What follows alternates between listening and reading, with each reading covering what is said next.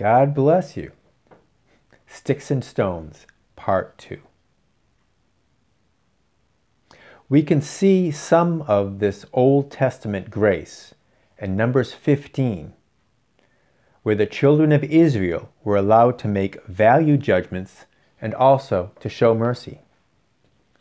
Numbers 15, verses 27 through 29.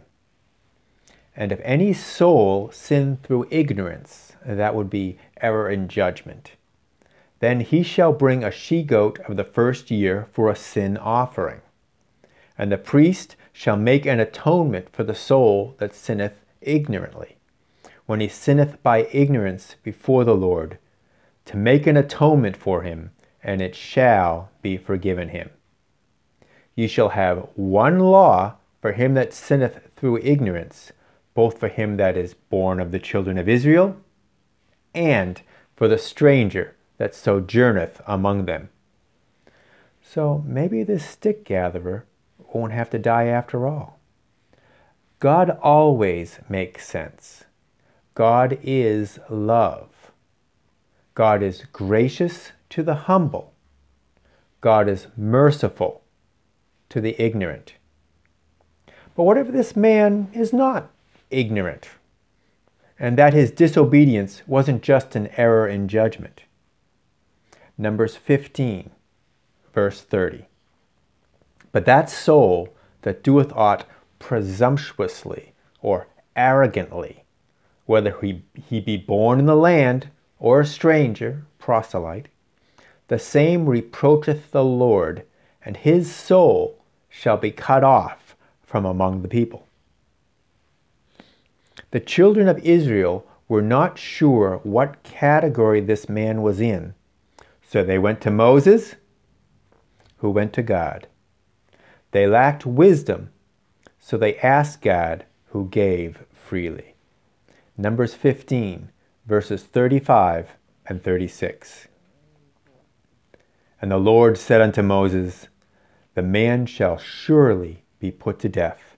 All the congregation shall stone him with stones without the camp. And the congregation brought him without the camp, and stoned him with stones, and he died, as the Lord commanded Moses. Now maybe you're still wondering why this man was killed, apparently just for gathering sticks on the wrong day, even if he did it arrogantly. What was he going to cook that was so horrible? The truth is, that was only the time he was caught and the thing he was doing when caught, not the reason for the punishment. When I show you the true reason he was executed, I believe that you too will believe that God is just. A clue to his true offense is toward the end of this chapter. Numbers 15, verses 38 and 39. Speak unto the children of Israel, and bid them that they make them fringes in the borders of their garments throughout their generations.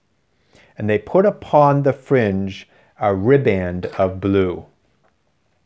And it shall be unto you for a fringe, that ye may look upon it, and remember all the commandments of the Lord, and do them. And that ye seek not your own heart and your own eyes, after which ye use to go a-whoring.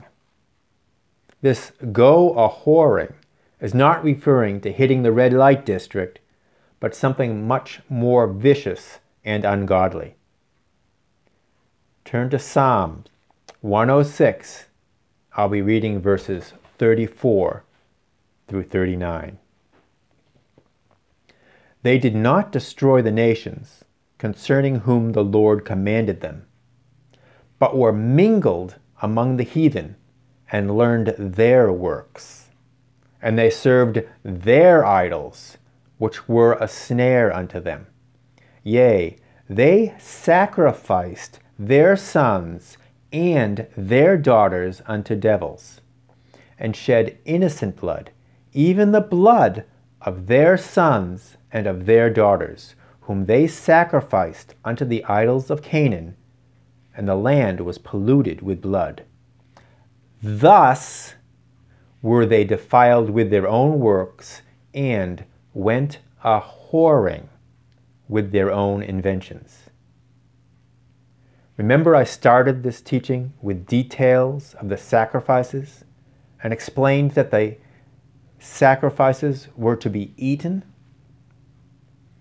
Do you understand now what this man was going to kill, cook, and eat of? If you do, then you can certainly understand why God was just with the sentence and punishment given this man. God always makes sense. God is love. God is gracious to the humble. God is merciful to the ignorant. God is just to the arrogant. The blue riband they were to sew on their garments was representative of their sanctification, and how by their godly obedience they avoided being intermingled with the vicious and evil people. Had they abused the grace God had given them and shown mercy on this murderer rather than go to Moses and ultimately to God for their answer, this chapter would have ended much differently. The grace God had shown Israel was sufficient to save them in this situation. But in Christ we have even more, for we have grace on grace. 2 Corinthians chapter 9, verse 8. And God is able to make all grace abound toward you, that ye always, having all sufficiency in all things, may abound to every good work. As we grow in maturity and wisdom, the grace of God becomes more evident in our lives. Our understanding of God's love, grace, mercy, and judgment becomes clearer to us. We have nothing to fear of this world, for our wisdom is of God.